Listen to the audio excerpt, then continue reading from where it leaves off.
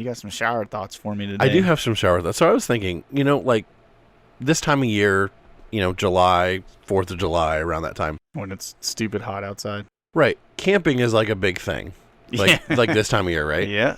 So I got to thinking, like, when did we start, like, sitting around a bonfire, like, at night, hanging out, like, telling stories, partying, like, doing that kind of stuff? Like, why can't we do that in the morning? Like, I don't know if this is just me being old, but, like, I would much rather, like, sit around, like, a campfire in the morning. Now there's something to that, because I'm totally on board for the idea of, like, you wake up in the morning, go out, start the plop fire down in the chair by the fire and stuff like maybe that. Maybe make some breakfast on the campfire. Yeah, I'm a sit big fan around, of that. drink coffee, and because we went, what was it, just a few years ago, we went to the Jars, like, is what the name of the camp is, but it's put on by the Wycliffe Bible Institute people. Okay. So, like, they're in the business, like the Jar stuff in particular is they have a bunch of pilots and people that they go in, like, fly into remote places, and then they'll translate into the language of those people and then give them their own copy of the Bible. But it's like, it takes years and years and years for this to happen. Right. But they do this camp down in Warsaw, North Carolina, like the Jars camp, and you go and live like you're in one of those remote villages. And so when you get there, it's literally like a hut that's built up on, like, stilts off the ground. Okay. But I mean, when I say hut, I mean it's like you can see through the slats in the walls. So is it like a grass hut, like a grass mud hut, or is it like rudimentary, like a it's made out lean-to? It's made out of wood, like sticks basically, are the upright parts of it and stuff, and it's a wood plank floor, and in the roof of it looks like a thatch roof. Grass roof. And inside of it, you sleep in hammocks. There's no, like, beds or anything, or bunks or like that. See, like, I could get down with something like that. It's actually super nice. Like, I didn't mind it at all. Yeah. I would have liked for my hammock to have been strung a little bit tighter. Oh, so it's not as saggy in the middle. The way that mine was, I was like in that U shape, that you don't want to be in when you're sleeping. Yeah. But the thing that I loved about it was all the meals that we cooked there, we had to cook them on like a stone oven. Like, so it was like you had to build the fire, get it going, and then you could cook things on top of it and everything. And we had a fire going at all times, like in the fire pit. And so I actually, like, really enjoyed waking up early, getting the fire going for the food and the fire in the pit and stuff. And then we would sit around, the adults, like, you'd make coffee, like, percolating in a thing on the That's what I'm saying. Like, it was great. Like, I guess, like, again, me getting older, not wanting to stay up super late, things like that. Like, I would much rather, like, sit out, get up in the morning, 6:30, 7 o'clock, come out, pop my chair down, start some coffee, then do eggs, bacon, like, over, like, a campfire. Rather than sit out late at night. And I think that's partially probably, like, built into us, like, instinctually, because when you think back, like, to the purposes of the fire and stuff, like, people would build fires to use them at night, but the fire at nighttime wasn't meant to, like, keep us up late like what we do now. It was to keep away predators and stuff like that. Keep away predators, keep you warm, and then it was a source of light for, like, that little bit of time before you went to sleep. But back then it was like sun goes down, we go down, right? Like, it's time to go to sleep, and then you wake up natural with the sun. Circadian rhythm, and and so I can totally see why that's kind of a draw. I think I feel the same way. If life was of the pace that we could do that nowadays, like, where we could just wake up, go sit by the fire and cook something over, and so that, I think it'd be awesome. Oh, that'd be great. But yeah, I was just thinking about that. I was like, when did we start at night doing the bonfires? Like, don't get me wrong, I like a good bonfire, like hanging out with friends, stuff like that. Too. But I would much rather do it in the morning. Yep. Same. 100%. Let's kick it off. We'll be the ones that kind of start that trend. Yes. Like, let's do it. No more bonfires at night, only in the mornings. Right. We'll get our little Starlink set up, and we'll Hey, listen, my dad would be, like, the biggest proponent for this whole scheme, because Dad's been like, he wants nothing more in life than to completely just live off the grid and stuff. Right. Like, he's said many times, if my mother was ever out of the picture, like, Lord forbid, right? But if Mom was ever out of the picture and stuff, he's like, oh, you can find me on the back of the 300 acres I own in the middle of North Carolina. Like, right. You can find me, but don't find me. And he's like, I'm going to go build a log cabin back there and just live off the grid the rest of my days and stuff. And so Dad he'd be the one sitting out there before you even woke up with the campfire going and stuff waiting for you. So that'd be great. Ah, you're finally awake. Yeah. Oh, good to see you. All right. Well, let's fire this thing off. All right. Good morning, Josh. Good morning, Josh. Recognize me? No? Well, I'm Josh. I got suspended from school school because of Josh. You're going to be there with me in every way imaginable, Josh. Josh is truly in a trance, yes. I went to high school with Josh, and I can tell you right now, he's a terrific kisser. Hi, I'm Josh. Josh, these are people's jobs we're talking about, Josh. Thank you very much. Hi. Josh walking in the door wasn't even close. Josh, you are a muffin-snuggling pirate puncher. Josh is a good guy. We can talk to him. Please welcome Joshua.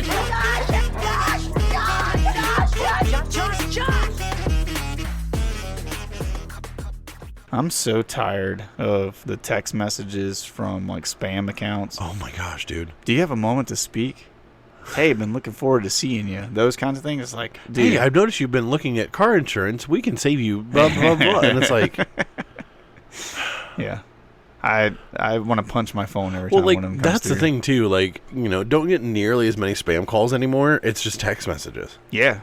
Yeah. Which I'm thankful for because the spam calls were more annoying than the text messages. For sure. The text messages, I can just swipe left and hit the delete and report junk.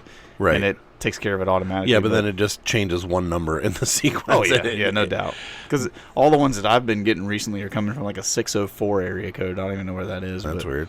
Yeah, because I try not to be on my phone or have my phone with me at work, things like that. But yeah.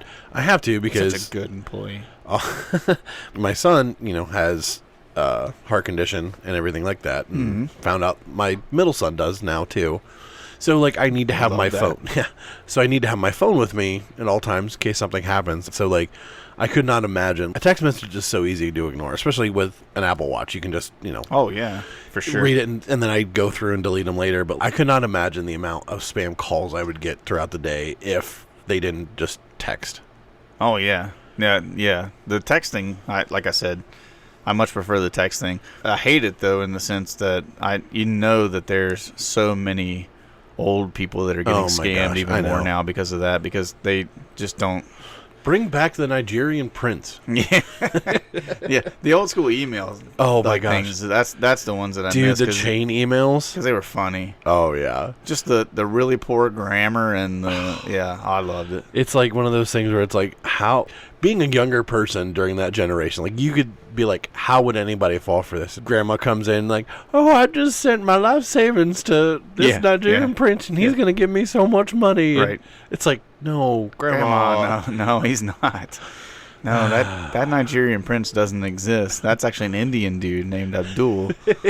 It's like, you remember the days of snake oil salesmen? That's what that is. That's what they are. That's exactly right. Yeah. This don't magic go door to tonic door. water is going to heal you of everything that you have going on. I love it. So I got a quick would you rather question for you, and then I know that we've got something that I've been teasing you with for a long time that we'll be diving into.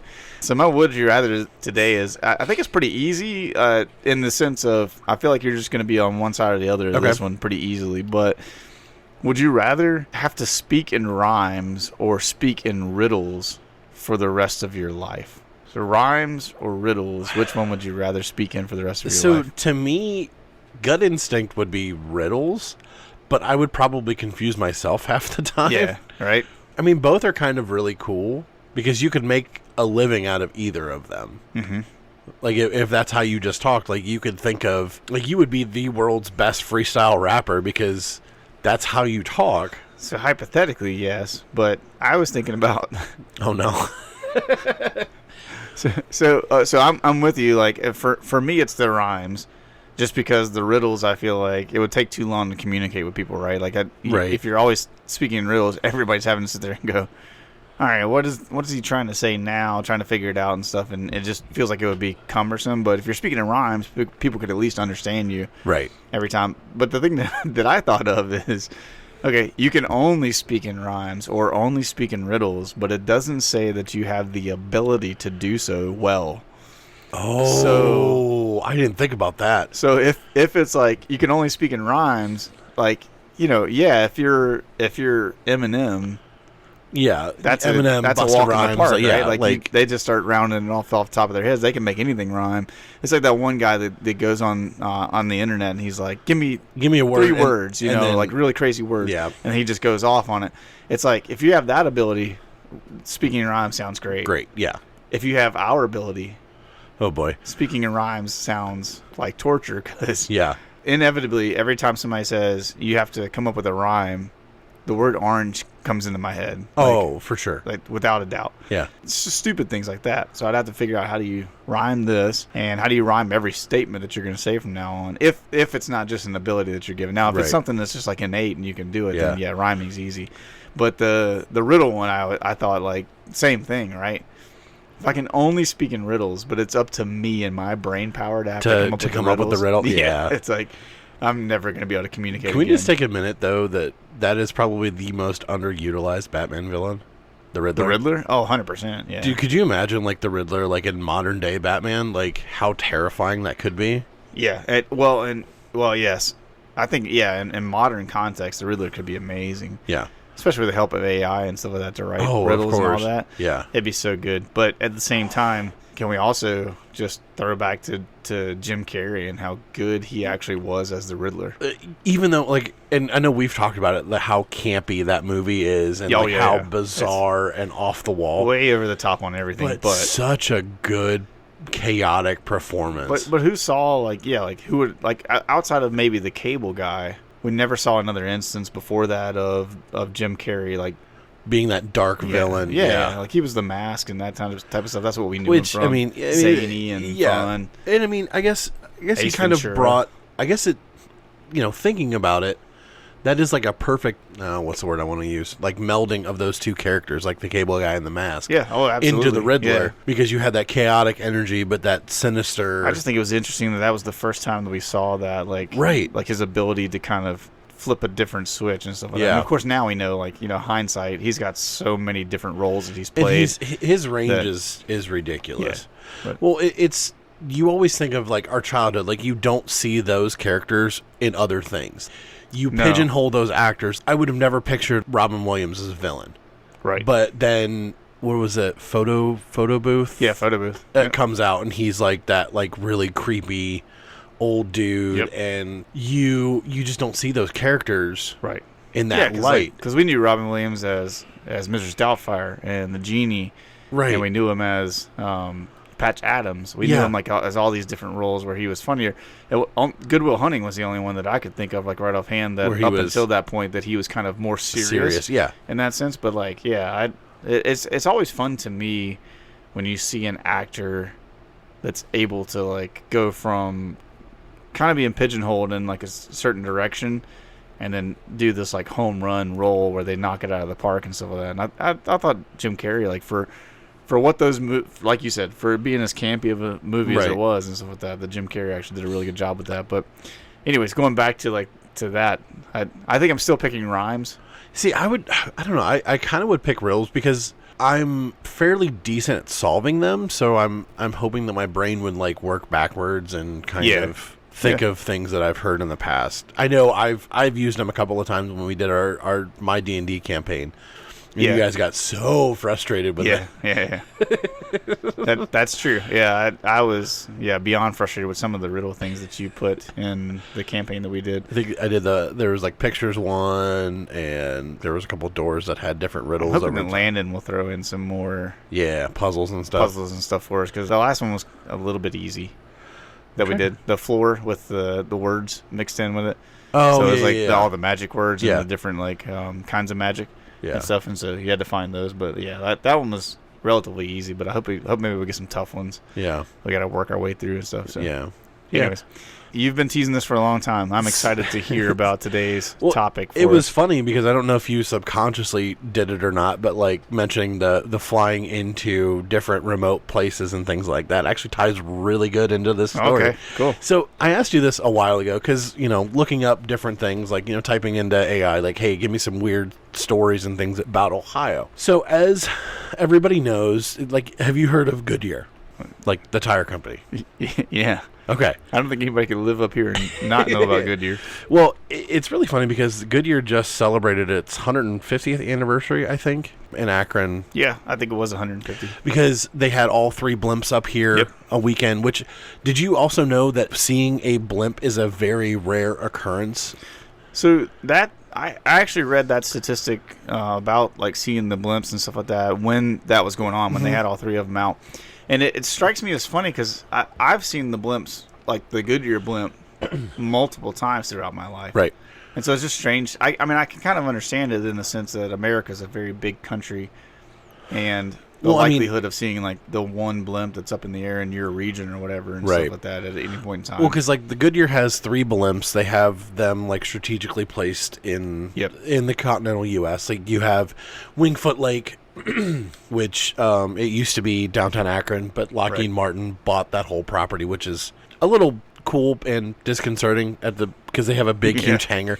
Did you know that the hangar actually has its own climate in there? Yeah, somebody was talking about that when we were in the discussion about all the blimps being up in the air. I forget who it was. Somebody said they've actually been in the hangar and seen the clouds that form inside of the hangar. I'm like, because it's so big. Crazy. I mean, you don't appreciate the size until you're close to it. Because I think the closest I've ever been was when we used to do the props and pistons show for the youth when we did the inflatables. Even still, like just looking at it, it's such a huge structure. I mean, granted, they used to have all 3 of the blimps in there at one point. I didn't know they had all 3 of them in there at the same time. I'm almost 100% certain at one point in time they had all 3, or they would bring all 3 of them in for maintenance and stuff, and they would do a lot of the maintenance. Well, because the one that we've been close to when we did props and pistons is the old hangar. I don't think it's in operation anymore. No, that's the property that Lockheed Martin owns. Is that whole? No, the hangar now is at Wingfoot Lake in Springfield. Okay, one of the fields out that way, past out on 224. I've never seen the one that's over in Akron like opened or anything like that. Like I think it's been shut. I don't think I've ever seen that. Lockheed Martin's over there developing something in that's not good. Right. So the Goodyear Tire and Rubber Company in the 50s saw a project from the U.S. Army to create a stow-and-go plane, essentially. So they decided to come up with the Inflat-o-plane. Go on. So I love this already. So a stow-and-go plane. Essentially, so it was a unique and experimental aircraft developed by the Goodyear Aircraft Company, which is a division of Goodyear. Yeah, I know. Just the look on your face it screams like, are you kidding me? Yeah, that's one of those things, like we've talked about this before, of the idea of like stay in your lane. Oh, yeah. Like I just don't understand how we go from rubber manufacturer, like tire producer, to I mean I understand that there's like a lot of, because I have a friend of mine that works at Goodyear now in their chemical developing department and stuff. And so I know they have their hands in like a lot of different things, and I'm sure that there's a lot of like byproducts that you're producing in the process of making tires. Course. Like I just don't get how we make the leap from, hey, we're making rubber. Okay, cool. Hey, we got some byproducts that we're making out of this rubber. Yep, sounds good. Oh, let's make a blimp. Okay. Make a blimp. Yeah, cool. Oh, advertisement. Free advertisement. Right. That's what I see the blimp as. It's like, okay, yeah, you make the blimp, so that's a great way to advertise your company, because everybody knows the Goodyear blimp. There's lots of cool things that they've done. I just don't understand when you get to the point where you're like, you know what we need? An inflatable plane. Yeah. Well, then all of a sudden you hear a little knock, knock, knock at the door. Hey, it's the U.S. government. We're going to give you money to do stuff. Even better, yeah, because that doesn't seem like an overreach of taxpayer money at all. Oh, goodness no. So this so that happened. The U.S. government's never done before in the 1950s. So we're post World War I, post World War II. Yeah, it was a part of the U.S. Army project exploring the potential for a lightweight, easy transportable aircraft that could be dropped behind enemy lines to extract personnel, like downed pilots in hostile territory. Okay, so the idea is a packaged plane that could be like an actual operating plane. Yeah, like a drop it into enemy territory where some of our guys are trapped somewhere. They could then inflate the plane and use it to escape. Okay, yep. I'm on board. Okay, so here's some key facts. So the project name was the Goodyear Inflat-o-plane, naturally. So its first flight took place in 1956. Its primary purpose was a personnel rescue and reconnaissance aircraft. Yeah. I'll go into it later because I was like, personnel rescue and reconnaissance aircraft, 1956. We had helicopters. This is exactly what I've been thinking since this whole thing started. Is like I can think of a bunch of options. Yeah. The design type was a single seat inflatable fuselage and wings. Okay. The power plant was a 40 horsepower, later upgraded to a 60 horsepower two-stroke engine. Speed was about 72 miles an hour, or 100. Is this a prop plane? Because if they're using an engine that size, it's got to be it's propeller built into the front of this inflatable thing. No, And then it is a prop plane, yes, but no, it's not on the front of the plane. all right, just keep rolling. Yeah. So, like I said, its speed was about 72 miles an hour, or 116 kilometers an hour. Range was about 390 miles, or 630 kilometers. That's nothing to shake a stick at. I mean it's for what its purpose was. That's exactly what you would need. I mean, just get us far enough to get us away from the enemies that know that we're here. And stuff, exactly, and then, get us to a safe territory. Right. I mean, like in the Doolittle raid, like they taught them a phrase in Japanese or Mandarin, because they were just going to dump their plane. The construction was rubberized fabric. Basically, it's a vulcanized multi-layer material called air mat, inflated to maintain its shape and rigidity. Okay. Inflation time was about 5 minutes using a compressed air or gas bottle that was attached to the crate. 5 minutes? Yeah. That's not bad. No, I mean, you can't. There's some air mattresses you can't inflate in 5 minutes with an electric pump. That is real. I've also seen some of the other places said that they would actually like use a pump or the air bottle to start the inflation, and then they would use the engine to use the rest of the genius. It's kind of like those, just pump the exhaust into it, basically. Essentially, or I don't know how, with the design of it, I don't know how it would work. But so the weight was about 200 to 300 pounds empty, depending on the version. There was 2 separate variants of this. So the variants were the GA33, and that was the initial prototype. It's a single seater, and then they had the GA 447, and it was basically a 2-seater. So yeah, that's awesome. So okay, so far I love it. I don't understand it, but I love it. It could be packaged into a 44 cubic foot crate, small enough to be dropped via parachute. So 44 cubic feet. That's pretty small.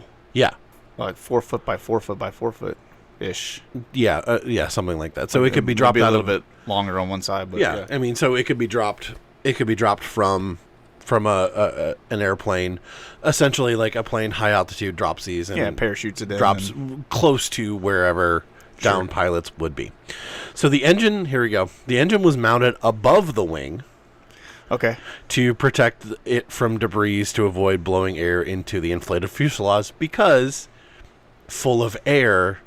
Yeah, you don't want to puncture it. Right, exactly. Worst case scenario is we get a hole and we're crashing again several hundred feet in the air. Hey, could you could you drop one of those planes again? Can you imagine, man? Quick, give me a quick patch. Yeah, you're like the first one to actually receive one of these in the field, and you're like down it, and you're like, hey, listen, that was great. It did get me a little ways towards getting out of enemy territory, but I'm going to need another one. It's like the plane that shot itself down. Yeah, right. Except for that one was way more expensive. Oh, I'd imagine these guys got to be way cheaper than... Actually, I don't know if I found a cost on these. Surprisingly enough. Anyway, so it could remain structurally sound with small arms fire punctures, and it had multiple air compartments. Okay. So if you think like a submarine, how they have multiple compartments, and like a lot of big ships have bulkheads and things that. Does that mean they had to fill it like in multiple compartments at a time? It didn't necessarily say, like a lot of the stuff I found, like from the Smithsonian and things like that. Like it was a very generalized overview of everything. It didn't get down in the specifics. So that's interesting. Here we go into why it decided not to enter service. Well, I guess it didn't. It didn't have a choice in the matter. But so maybe because soldiers were like, I don't want to feel like strapping an engine to a giant balloon and trying to fly myself out. It seems like a great idea. Right, when helicopters exist in this time period. Yes. Despite its innovative design, the Inflat-o-plane had several drawbacks, believe it or not. One was vulnerabilities to damage. Those small punctures weren't catastrophic. The airframe was still relatively fragile. I mean, you're inflating a pool raft to fly. I was about to say, this is essentially just sounds like those, like the pools that we use at VBS, right? It's like, it's like the bottom material of those pools, right? Like that vinyl, just blown up like a giant balloon. you're not far off. Yeah, and having used my pocket knife to slit many of those pulls after BBS, I can tell you that they're not. And I mean, if you think about it, like a bullet would rip right through all of it. 200 to 300 pounds. Okay, in the grand scheme of things, that's not heavy. No, but could you imagine? Operation, you know. Exactly, but if you're down by yourself, right? Yeah, if you're alone, and it drops in the trees, you're dragging that sucker until you can find an open clearing long enough to take off. Which, I mean, I suppose if you're in dire enough situation, right? I can easily manage 200 pounds, 300 pounds. It would be some effort, but I could drag it. You know what I'm saying? I mean, yeah, I'm sure you could probably use the parachute as like a sled and kind of but figure out some kind of way to get it out to where you needed to get to. But that's. But then so like my mind's, I'm sitting there going like, yeah, I think I could manage that and get it to an open space, and then I'm like, but then I'm gonna willfully strap myself into a really fancy balloon, right, to try to escape a balloon enemy shape. Like territory. it reminds me of like the race car beds that you would get as kids. And you got to know that like because the engine that they're strapping to this thing, you said it was a 60 horsepower. Mm-hmm. So if you're strapping a 60 horsepower engine to this bad boy, that's not a quiet engine. Oh, no, not at all. You know they have no space whatsoever in this crate that they're packing this whole thing into. Right. To try to put, like, dampening stuff to where, you know, there's no muffler or pipes going on this. It's probably just straight. I have a picture that I'll send you over. Yeah, so the moment that you're, like, firing this thing up, though, it's like every enemy within a mile knows exactly where you are. Right. Another thing, it was that there was control issues. Right. So handling and control issues. The low power and unusual structure made it very challenging to fly. Shocker. Limited military utility, and like we both said before, by the late 50s, helicopters were seen as a more practical for extraction missions. Yep, that's how that works. And then the project's cancellation culminated into a fatal crash in 1962 in the Brazilian rainforest, I believe. It was where it was. So it was on the ground, it was used, and it crashed. And gotcha. So some poor soldier like inflated this thing, tried to fly out of somewhere, and then ended up dying because of it. So here's a part of my question for this thing is, if this thing is inflatable, how are you controlling? Right. Because even if it's got flaps on it, they're inflatable flaps. Mm-hmm. And I'm just trying to think of how the systems work to where you're like, so here's my thought, okay? I feel like we would almost be better off just simply sending in an engine with some kind of like harness to strap it onto your back. Right. And then like inflatable wings and a tail rudder system for your feet to strap into. Yeah. And then you just like, I don't know, just vertical take off like a helicopter and then like angle yourself to get you going. I feel like it's got to be safer than trying to fly an inflatable plane. Right. So yeah. I'm not an aeronautics like expert by any means, but I can kind of see. I've been on enough planes and I've seen enough like regular prop planes fly and stuff. I flew with Frank not too long ago, awful long ago and stuff in his plane, and I've seen the inner workings of it, and there's a lot to it. Oh yeah, there's a lot of cables. There's a lot of there's a lot more than what I feel like an inflatable plane would be capable of doing, especially one that only weighs like 200 to 300 pounds. Right. So I sent you an AI generated image of the Inflat-o-plane, which makes a lot more sense when you look at it. So it looks like a regular airplane. It's one of those things where it's like, oh, that makes a lot of sense. The next image that I'm going to send you is the actual Inflat-o-plane. I've got it pulled up. And this looks more like a glider to me than anything else. The Goodyear Inflat-o-plane. Look at this thing. That's amazing. Like I said, that's an AI. If you're listening out there right now, do yourself a favor. Just go on to Google and type in inflatable plane, and it's the first thing that pops up. Mm-hmm.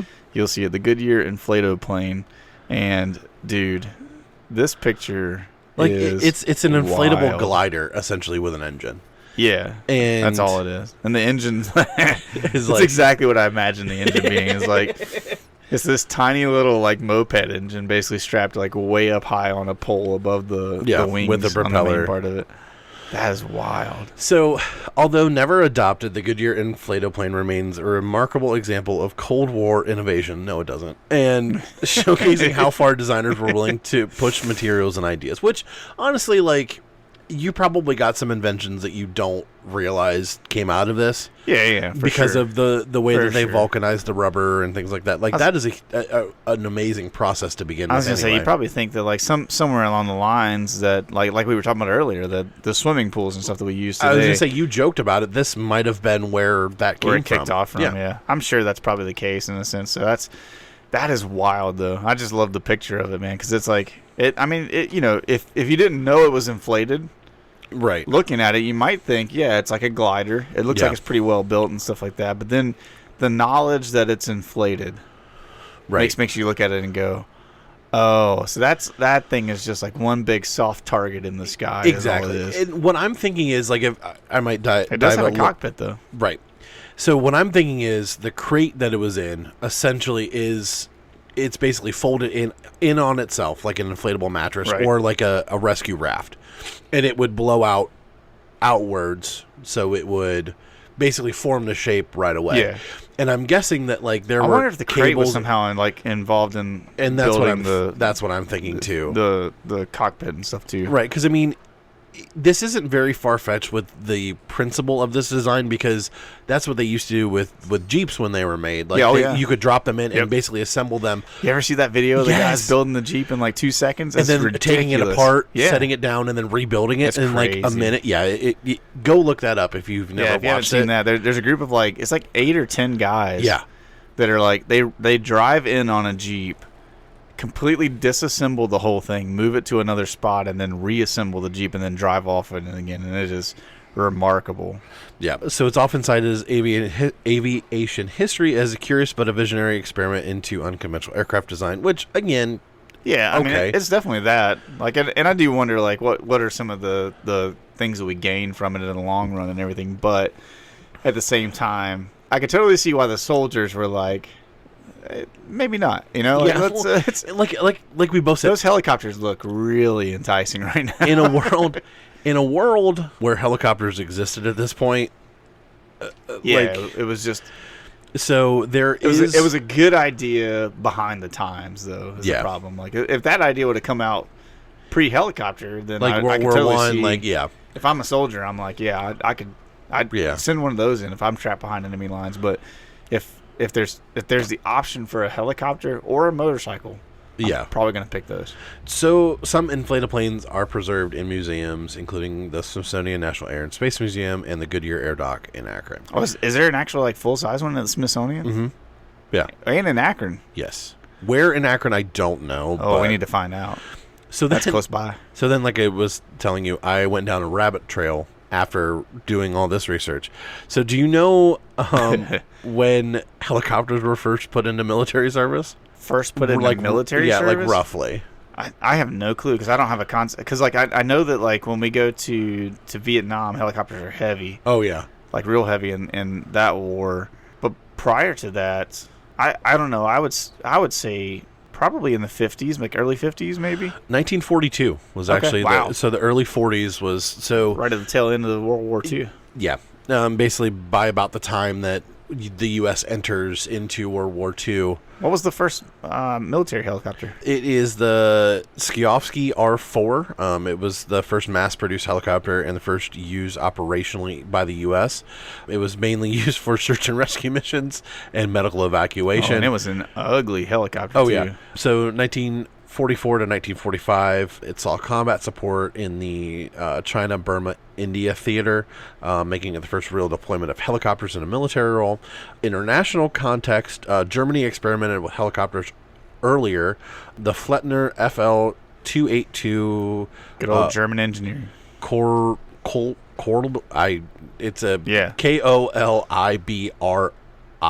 Yep, not even going to try. Kolibri. Close enough. Used them in reconnaissance and artillery spotting roles in much smaller numbers mostly for evaluation. So I was like, okay, well, why would they do this? And then I was like, oh, reconnaissance. So I was like, okay, when did reconnaissance aircraft come into use?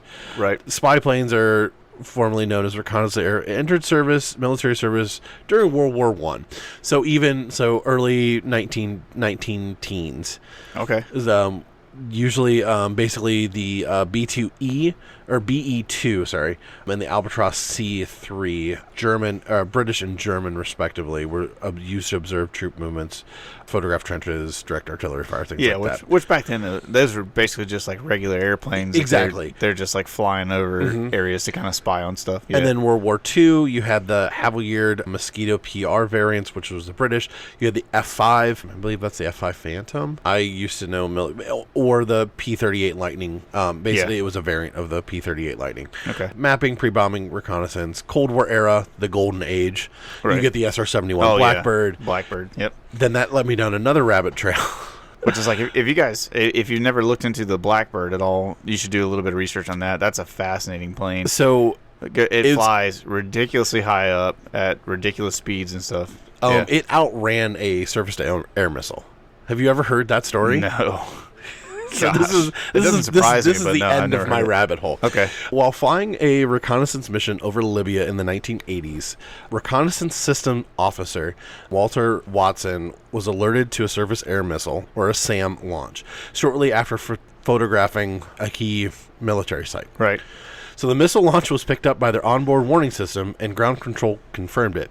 It said, you have... So this is the guy in the SR-71 yes. he was the notification that there's a surface air missile. Yep, he was the RSO on the mission. So it says, you have a SAM launch, clear to respond. So that meaning you're clear to engage. Problem being, the SR-71 Blackbird has no countermeasures, weapons, no countermeasures, anything like that. It's only a spy plane. Its only defense was speed and altitude. At that moment, they were already cruising at Mach 3.2 at 85,000 feet. Jeez. The moment they confirmed the launch, and they accelerated to their safer top speed. So over Mach 3.2, they just outran the missile. That's crazy. That's wild, dude.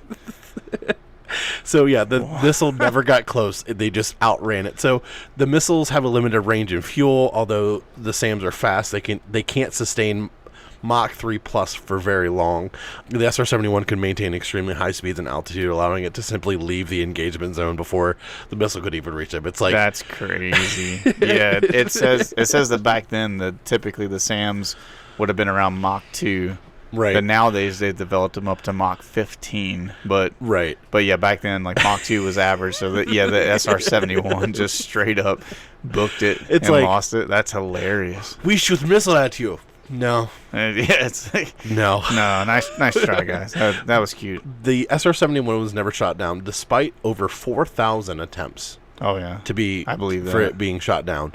It's unmatched. You just think about like the sheer altitude and speed and all that kind of stuff. Well, they don't wear flight suits; they wear space suits. Yeah. And it's crazy.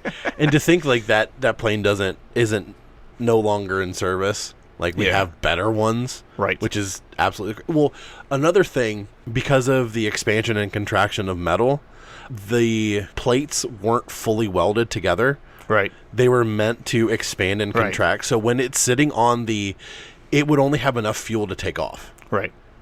You had to refuel in the air. They had to refuel at a certain altitude where everything fit back together, so it would actually leak fuel on the runway. That's ridiculous. Because everything was not maintained because of having and you think about how combustible that fuel is too, and you're just sitting there like knowing, I'm firing up. You're essentially the most controllable rocket in the world. Yeah. And taking off horizontally, like not vertically, where I can just leave it behind. Right. You're not trailing it. Yeah, you're trailing it. That's crazy. But yeah, so that was my rabbit hole that I went down from an inflatable plane to an SR-71 outrunning a surface-to-air missile. That is crazy. That's very funny. Well, as we get ready to transition I have actually been on a little bit of a rabbit hole myself. Ooh, and we love a good rabbit hole here at Good Morning Josh. Unfortunately, my rabbit hole's been kind of morbid. Go on. Yeah, so I've kind of gotten into this kick of like weird deaths and like disappearances and stuff, and I've been So I think it's unfortunately just like how our algorithms evolve. Yeah. And so I watched like one full length video, like probably like 35 minutes long, about a death that was just a weird disappearance kind of thing. And so I think that now that to some degree my algorithm has now been inundated with that. So you've been added to another list. Got it. Right, exactly. So have you ever heard the story of Michael Rockefeller? Like, I know you know the name Rockefeller. Rockefellers? It's the Rockefellers, yeah. Okay, so like we're talking turn of the century. So Michael Rockefeller is the son of the New York governor Nelson Rockefeller, who was the son of John D. Rockefeller, the Rockefeller, so man who built New York. Yeah, so like it's him. So John D. Rockefeller, his the grandfather of Michael, was the big financier in New York. His father, John D. Sr., was the oil and all that kind of stuff tycoon. Okay. So but they're like all the money and junk like that came in is all that's these Rockefellers. Were the Rockefellers oil or steel? I think it was a bunch of stuff together. Was it? Okay, because I couldn't remember. I thought one was oil, one was steel, like the big New York. Yeah. Anyway, so Michael was born in 1938, but the story takes place in 1961. Okay, is where we're going to pick it up. So he's 23 years old. Right. Young guy. He comes from this incredibly wealthy family. Comes from this kind of affluent. I can do whatever I want to you because dad's a governor. These guys, my father, that kind of stuff. So funnily enough, is Michael was kind of the outcast to a degree within the family. He was one of those ones that you've seen like movies and stuff written about these kinds of characters where they come from the affluence, they come from this big name family and stuff, but they decide to kind of break the mold and go against everything and carve their own path type of deal. Which to an extent is okay, good for you, but I think it's great. Stupid about it. Right. I think it's great, but at the same time, there's some things that it seems like these guys, because of the lifestyle they lived when they were younger, they tend to get too eccentric with things. Oh yeah, and to a degree, that's kind of what's going to happen with Michael. So interesting. In 1960, the start of his kind of breaking free of the Rockefeller shadow in that sense is in 1960 he served for 6 months as a private in the U.S. Army. I did not 6 months. I did not look into why the stint was so short, like whether he got kicked out of the Army, whether he deserted or whatever. I don't know what the story is behind that because it doesn't really hold any weight to what we're talking about today.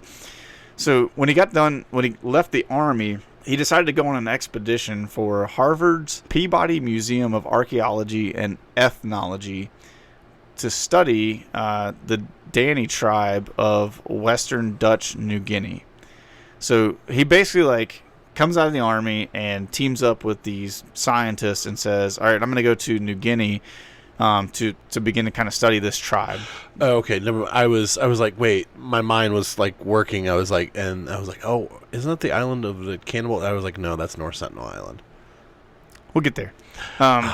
So during this expedition, Michael and a friend of his that was another scientist that was on the study, they took some time and separated from the main group and went to study the Asmat tribe. As the expedition was kind of coming to an end, they went there, studied them for a little bit, and then they went back and joined up with the rest of the group again to go back to the United States. Okay. So later on, they decided, after having spent this time with the Asmat tribe, they decided, okay, we want to go back and spend some more time with them. So on November the 17th, 1961, Rockefeller and the Dutch anthropologist, Renee Wassing, were in a 40-foot dugout canoe about 3 nautical miles from shore, which is 3 miles. I don't understand why we say nautical miles. Because it's on the water? Yeah, but it's the same distance. It doesn't matter. Like, I've always wondered that. I don't get it. I'm like, because it says in parentheses, like in the story that I was reading, it literally said like 3 nautical miles, parentheses, 3 miles. I'm like, just say 3 miles then. Right. I don't get it. Anyways, so they're offshore 3 miles when their double pontoon boat was swamped and overturned. So it was. I thought you said they were in a canoe. Yeah. Well, it's a canoe with pontoons on it. Oh, like the Polynesian ones? Yeah, the ones you see like in the tribes. Okay, and stuff yeah. Okay. So they're out in one of those. The water that they were in was brackish water, so it's very close to where the ocean meets this body, like freshwater body of water they were in. And so there's kind of like some waves and stuff, and they get swamped and overturned. The 2 local guides that were with them, that are guys that live in that area, Simon and Leo, swam for help. So as soon as the boat overturns and sinks, these 2 guys start swimming for shore, but they were like, obviously slow because it's 3 miles. Like, that's a ways to swim. So after drifting for some time, early on November the 19th, so this is 2 days later, so November 17th to 19th, after drifting for a long period of time, Rockefeller told Wassing, who was there with him, I think that I can make it to shore. So according to Wassing, Rockefeller created a float for himself using a jerry can, the boat's gas tank, and a few other things that he found. And he took a compass and a knife with him. And then he set off for shore somewhere around 7 to 8 a.m. Okay, that day. So first thing in the morning. So they survived 2 nights at sea? Yeah. Well, not at sea. This is, like I said, brackish water. So it's not like they're not out to sea, but they're also not like in just like a river. Like it's kind of a bigger body of water that they're floating in. Wassing said the last sight of him that she saw was about 30 minutes after he left. So like he's been out there paddling. She said, I saw him in a straight line going towards the shore until I just saw 3 dots, which was the 2, like the gas can, the jerry can, and then his head in between was the last thing that she saw as he kind of like disappeared off into the distance, headed towards shore. The funny thing is, Wassing was rescued the next day by 2 guys that were like locals there, and Rockefeller was never seen again, despite a very intensive and long search. I mean, you can imagine, like, it's the Rockefeller family. They've got everything at their disposal. Option. Yeah. So it's like everybody goes over it. As a matter of fact, his twin, Mary Morgan was her name. She accompanied their father to South Papua New Guinea to participate in the search for her brother.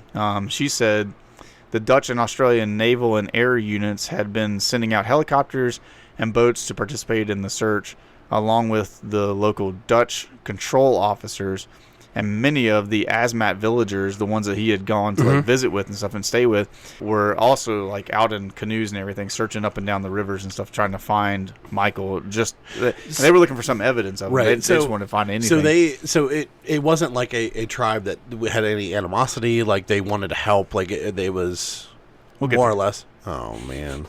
So at the time of his disappearance, it was, this is a major like international news event, right? So, like, because he's a Rockefeller, all that kind of stuff, and so his body was never found, and he was declared legally dead in 1964. Okay. However, because headhunting and cannibalism were still very present in some areas of the Asmat tribes in 1961. And still are to this day, by the way. There has also been widespread speculation based around some local testimony that Rockefeller was killed and eaten by tribespeople from the Asmat village of Otsjanep. The reason why this came about is there were 2 Dutch missionaries that went out to reach the Asmat people, right? They were fluent in the local languages and could like really speak with these people. So like more than what Michael and the other people had been able to do. And they've been living in the area for years.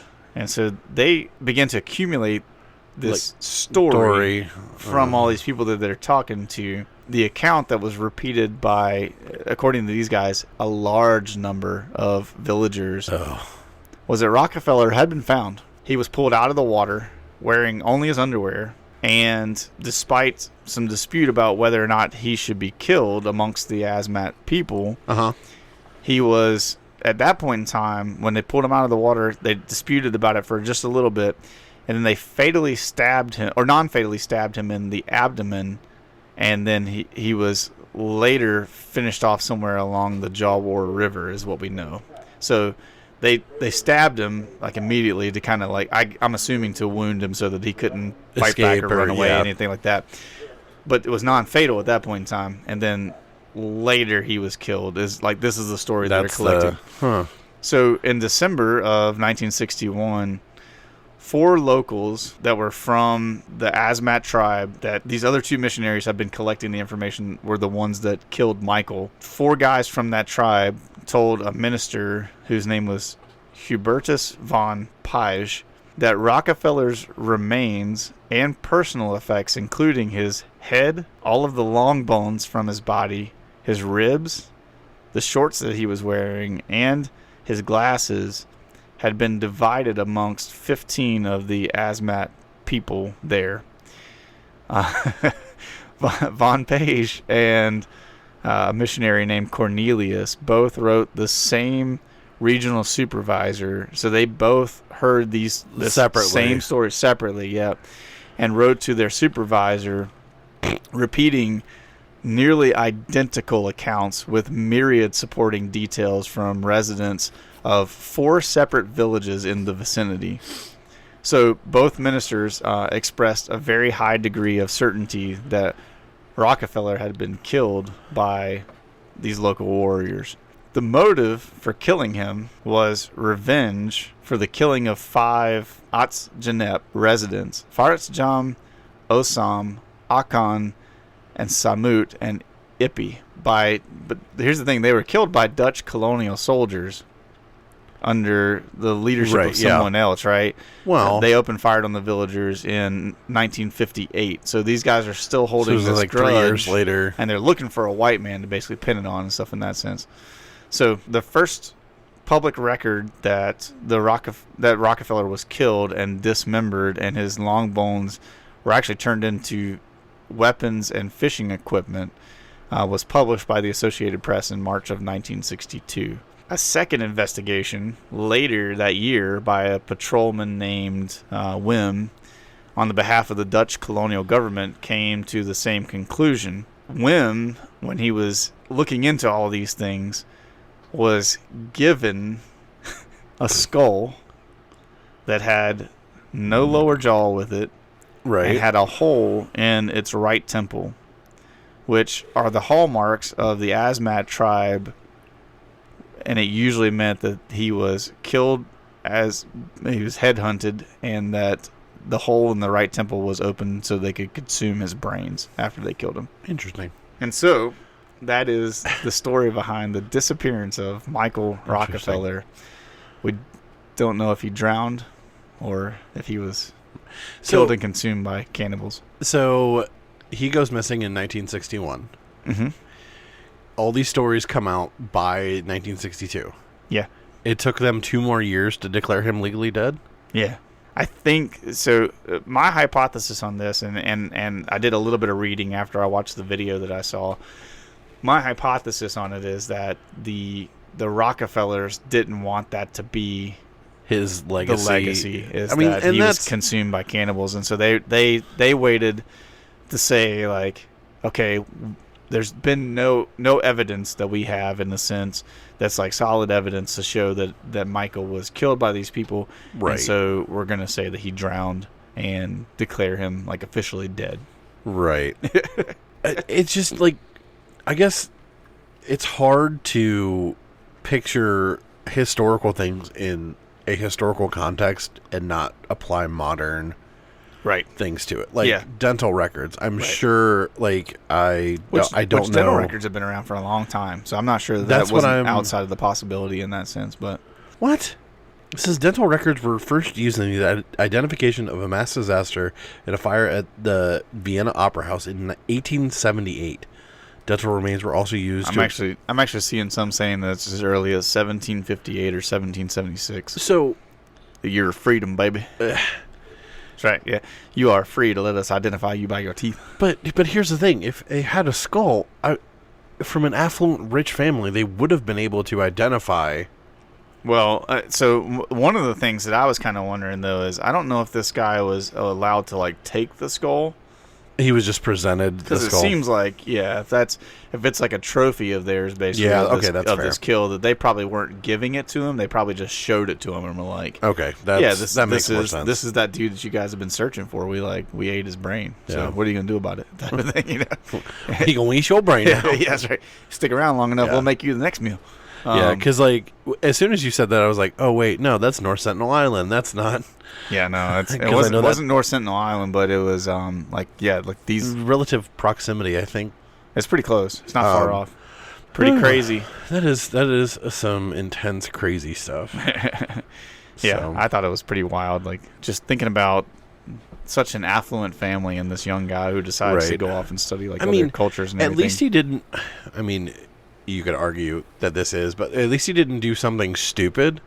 No, he at least had good intentions when he did it. I kind of see this as like I said, I still think it's a little eccentric in a sense. Oh, of course. I mean, the guy was 23, so it's not like he had like a massive amount of education to carry with him out into studying these people and stuff. I think it was just like he went on that expedition. He got curious about the Aztec people, and so he's like, I want to go.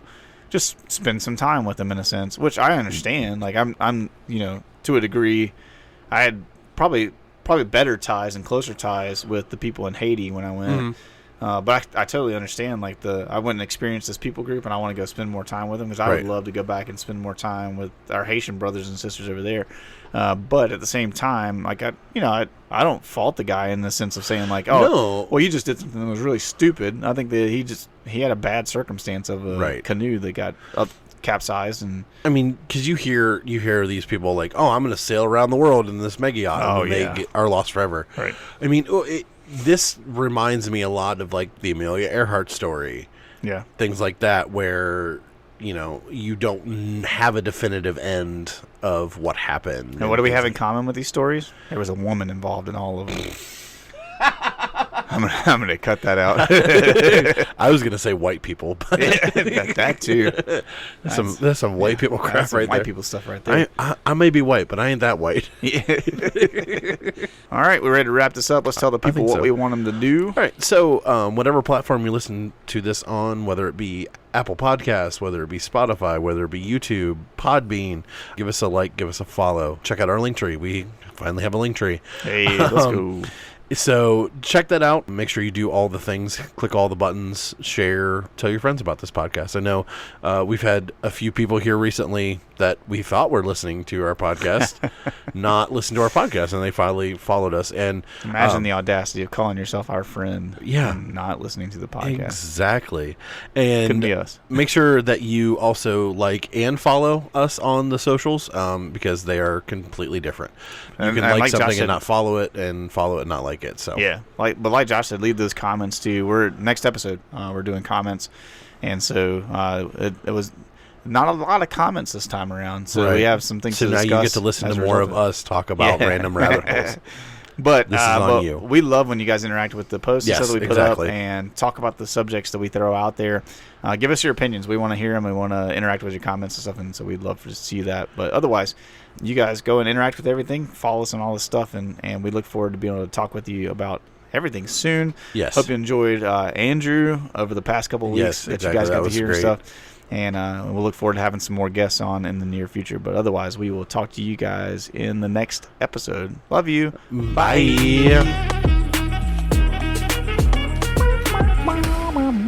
Everybody's got their likes and dislikes. To each their own, but But you're wrong.